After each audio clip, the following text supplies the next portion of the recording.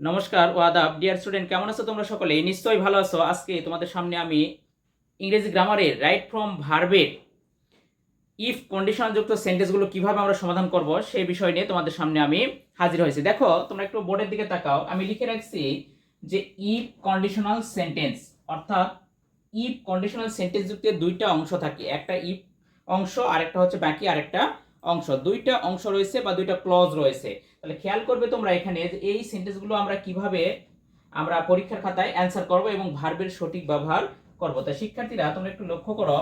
প্রথমে আমি লিখে রাখছি, দেখো 1 নাম্বার, যে if plus subject plus V1 S অথবা এস, অর্থাৎ ইফ যুক্ত অংশ আমি পূর্বেই বলেছি যে দুইটা অংশ থাকবে, একটা অংশে ইফ দ্বারা যুক্ত থাকবে আর একটা অংশে শুধুমাত্র ভার্বের ব্যবহার করতে হবে, সাবজেক্ট ভার্ব এবং অবজেক্টগুলো থাকবে। তাহলে দেখো তোমরা একটু লক্ষ্য করো যে ইফ প্লাস সাবজেক্ট প্লাস ভার্বের এক নম্বর ফর্মের সাথে এস বা ইএস যুক্ত থাকলে, অর্থাৎ ইফের সাথে সাবজেক্ট প্লাস ভার্বের এক নম্বর ফর্ম যদি থাকে, তাহলে পরবর্তী যে অংশটা থাকবে সে অংশের ভার্বের আগে উইল অথবা ক্যান অথবা মে যে কোনো একটা ব্যবহার করব, তারপরে ভার্বের এক নম্বর ফর্ম বা প্রেজেন্ট ফর্ম ব্যবহার করব।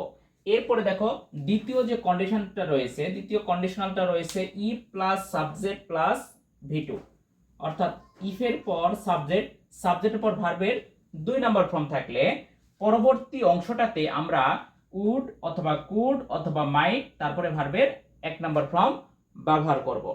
এরপরে দেখো 3 নম্বর যে কন্ডিশনটা রয়েছে, 3 নম্বর কন্ডিশনে if plus subject plus had plus ভার্বের 3 নম্বর ফর্ম। একটু লক্ষ্য করবে যে এখানে সাবজেক্ট আছে, এরপরে হ্যাড রয়েছে, এরপরে ভার্বের 3 নম্বর ফর্ম থাকবে, অর্থাৎ পাস্ট পার্টিসিপল ফর্ম থাকবে। তাহলে পরবর্তী যে অংশটা থাকবে সেই অংশে আমরা উড হ্যাভ অথবা কুড হ্যাভ অথবা মাইট হ্যাভ প্লাস ভার্বের 3 নম্বর ফর্ম বা পাস্ট পার্টিসিপল ফর্ম ব্যবহার করব। এখানে would have, could have, might have যে কোনো একটা ব্যবহার করলে তোমাদের উত্তর রাইট হবে। এরপরে দেখো পরবর্তীতে আরেকটা রুলস রয়েছে, সেটা হচ্ছে হ্যাড প্লাস সাবজেক্ট প্লাস ভি3, অর্থাৎ প্রথমে হ্যাড তারপরে সাবজেক্ট তারপর ভি3 যদি যুক্ত কোনো সেন্টেন্স থাকে, তাহলে পরবর্তী যে অংশটা সেখানে আমি পূর্বের 3 নম্বর রুলসের মতোই উড হ্যাভ অথবা কুড হ্যাভ অথবা মাইট হ্যাভ প্লাস ভার্বের 3 নম্বর ফর্ম ব্যবহার করব।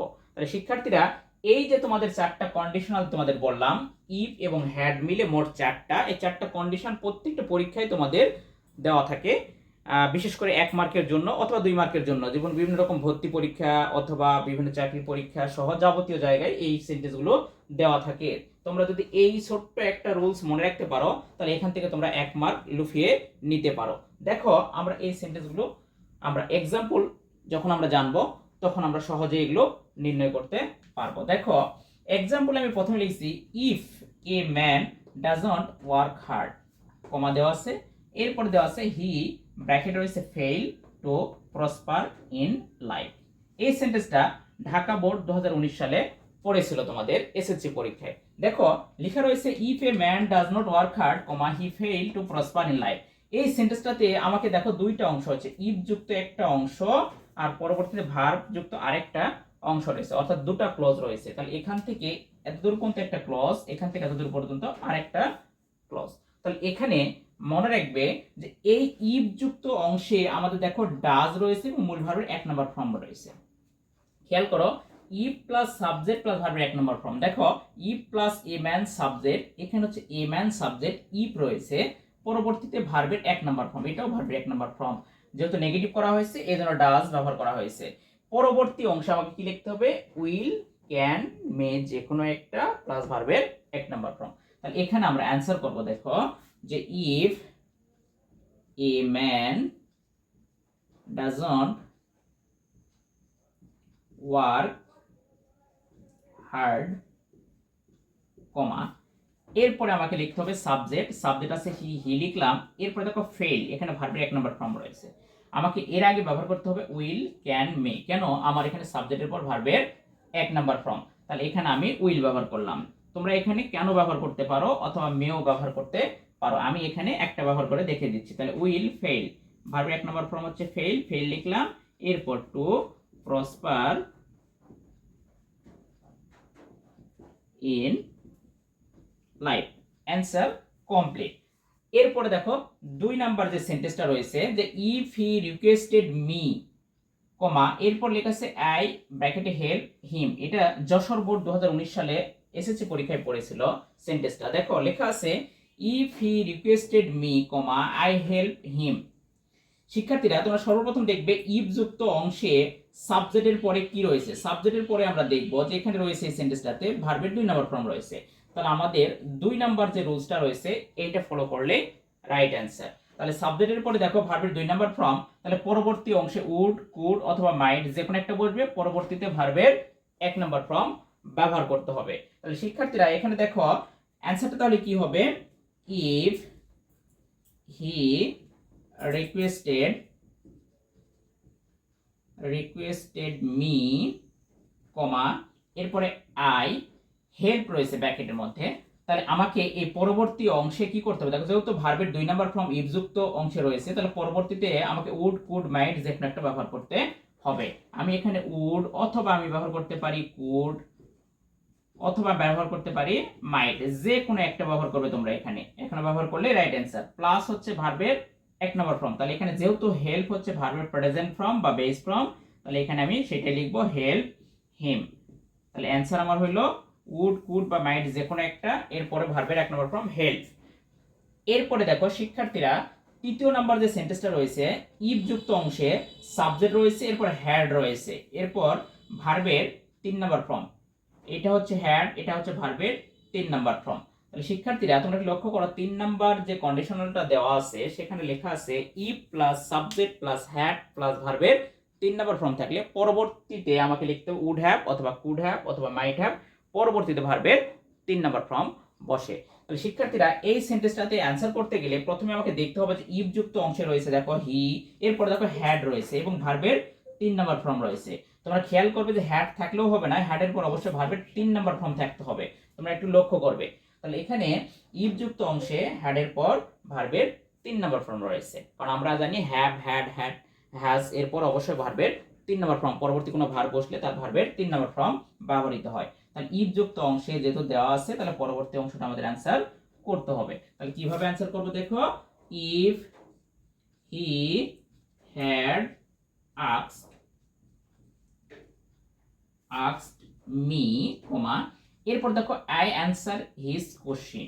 যেহেতু আমার হ্যাড প্লাস ভার্বের 3 নাম্বার ফর্ম রয়েছে, হ্যাড প্লাস ভার্বের 3 নাম্বার, তাহলে উড হ্যাভ অথবা কুড হ্যাভ অথবা মাইট হ্যাভ যে কোনো একটা ব্যবহার করব।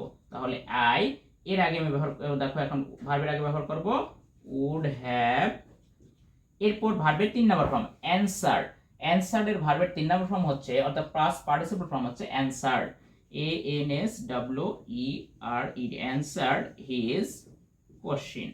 তাহলে অ্যান্সার আমার কমপ্লিট। তাহলে এখানে পরিবর্তন হলো উড হ্যাভ অ্যান্সার, তাহলে অ্যান্সার আমার শেষ হলো। এর পরবর্তীতে দেখো 4 নাম্বার কন্ডিশনালে দেওয়া আছে আমার had plus subject plus V3 যদি বসে তাহলে পরবর্তীতে উড হ্যাভ কুড হ্যাভ অথবা মাইট হ্যাভ প্লাস ভার্বের 3 নাম্বার ফর্ম হয়। তাহলে শুধুমাত্র এখানে খেয়াল করবে যে সেন্টেন্সের মধ্যে হ্যাড রয়েছে এবং পরবর্তী দেখো ভার্বের 3 নাম্বার ফর্ম রয়েছে। তাহলে এখানে হ্যাড রয়েছে, তারপরে সাবজেক্ট রয়েছে, ভার্বের 3 নাম্বার ফর্ম রয়েছে। তাহলে কি বললাম আমরা, হ্যাডের পর সাবজেক্ট থাকবে, ভার্বের 3 নাম্বার ফর্ম থাকবে। তাহলে এই সেন্টেন্সটা থেকে লক্ষ্য করো যে লেখা আছে হ্যাড প্লাস সাবজেক্ট প্লাস ভার্বের 3 নাম্বার ফর্ম প্লাস বাকি অংশ। তাহলে পরবর্তী অংশটুকু অ্যান্সার করতে গেলে বা ভার্বের সঠিক ফর্ম ব্যবহার করতে গেলে আমাকে লিখতে হবে উড হ্যাভ অথবা কুড হ্যাভ অথবা মাইট হ্যাভ যে কোনো একটা। তোমরা একটু লক্ষ্য করো এটা আমি অ্যান্সারটা কিভাবে করব। তাহলে had I been a child again comma এরপরে আই প্লে উইথ দেম। তাহলে এখানে লিখবো I would have played with them. তাহলে অ্যান্সার কমপ্লিট। তাহলে কি হলো, would have played with them. Had I been a child again I would have played with them. তাহলে শিক্ষার্থীরা তোমরা একটু লক্ষ্য করবে যে এখানে আরেকটা বিষয় খেয়াল রাখতে হবে তোমাদের, যে কখনো কোনো সেন্টেন্সে যদি এই ইফ বা হ্যাড যুক্ত সেন্টেন্সগুলো একটা অংশ এটা পরেও থাকতে পারে, প্রথম অংশে এই অংশটা দেওয়া থাকতে পারে।